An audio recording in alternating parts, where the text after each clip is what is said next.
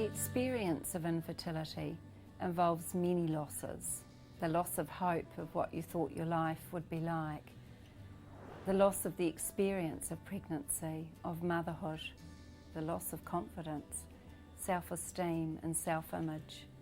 These losses are real losses, but they're not as obvious to others and even those experiencing them. When there's a loss, there's grief. Grief is a normal, healthy response to a loss. I don't think anyone expects to find themselves on such a journey, and so you do have to go through a process of grieving, because as a woman you feel that it's your right to be able to get pregnant, and when that is taken away from you, it's an adjustment, and you've got to deal with those emotions, because sometimes it can just be absolutely heartbreaking and you've got to put the fragmented pieces of your life back together. When you've got family around you that's having babies, that's one of the hardest things. Because you can't shut the door. You can't hide.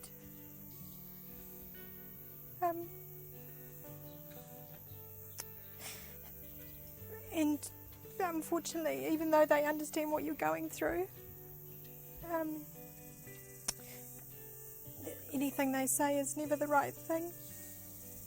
Along the way, it makes you understand how long your journey's been, because they might be pregnant with the first child and you think, okay, I can handle that.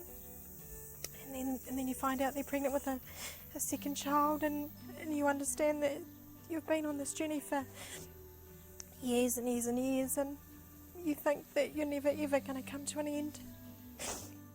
For me, I can think of two moments that really come to mind. One was our final miscarriage, which was number 8 in January 2010, and I was sitting on the couch and I was just sobbing like I'd never sobbed before. I just thought it was so unfair and so wrong. Surely enough was enough. Surely this was supposed to be our time, because it seemed like it was going to be.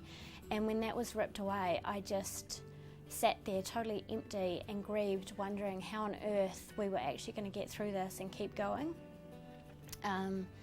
Because for us, we don't want to give up. We want to keep going till we have our miracles. And so I was just sitting there crying so much, and it got to the point that I actually moved from the couch to the floor, because that grief was just felt too consuming, that I actually had to get that low physically because I was so low emotionally. Grief has no time limit, so have some realistic expectations about yourself. Everyone grieves in different ways, so find out what works for you and just go with it. If you need to cry, cry. If you need to talk with somebody, talk with somebody. Acknowledging your loss through writing can help. Through rituals or even ceremonies, they all help with the healing. Let others know what it is that you need. Look after yourself. So exercising, eating well, they can all help. If you think that you're depressed, see a GP or a counsellor.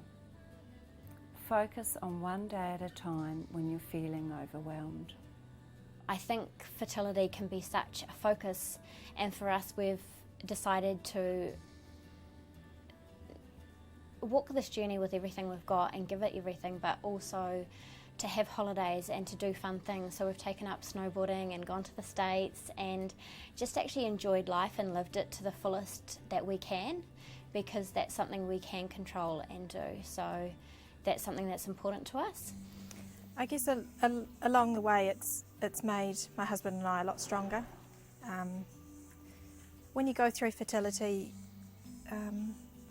you know, no one can tell you the grief you're going to experience.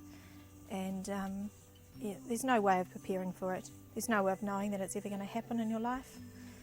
And when the two of you are thrown into a situation like that, it only made us stronger. And it made us absolute best friends. Because men and women grieve differently, this can cause stress and some misunderstanding in their relationships.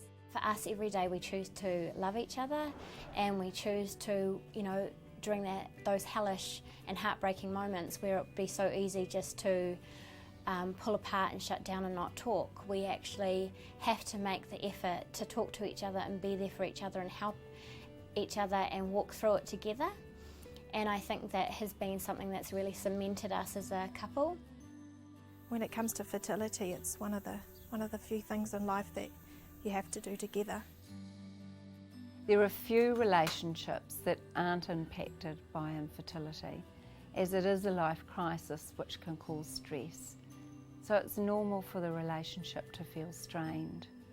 Communicate, communicate, and communicate again. If you're going through a fertility clinic, it can help to talk to the counsellor in that clinic. There are relationship counsellors out there also that can be useful. At the start, I never told people kind of what you're going through, or you might say that, oh, you were having problems, but you don't go into it too much. It was easy to shut people off, and you know, I said to some of my girlfriends, it's great that you're pregnant and I wish you all the best, but I'm in a stage now where I can't associate with you, or I find it difficult to be around you. And they understood. If they're your friends, they'll understand, and they'll still be there. I actually pushed into God and having a deeper understanding of Him and what it meant and who I was and all of that, to have that core foundation to my life and my faith. Infertility can be an isolating experience, so it can help to talk to those who understand. I really wanted a book to know that I wasn't alone, to know that I wasn't the only one struggling like this and going through it, because you need to know those raw, unpleasant emotions that you have are what other people experience too. And so I read a few books and didn't find anything, so stupidly or bravely, I'm not sure which yet, I decided to write a book about our 8-year journey and actually published it last year. So that's been something that's good out of the horrible journey that we've been on, is to help others through that with what I was looking for to give it to them. So to sum up, the experience of infertility can be painful, but there are supports out there. Fertility New Zealand have some contact groups.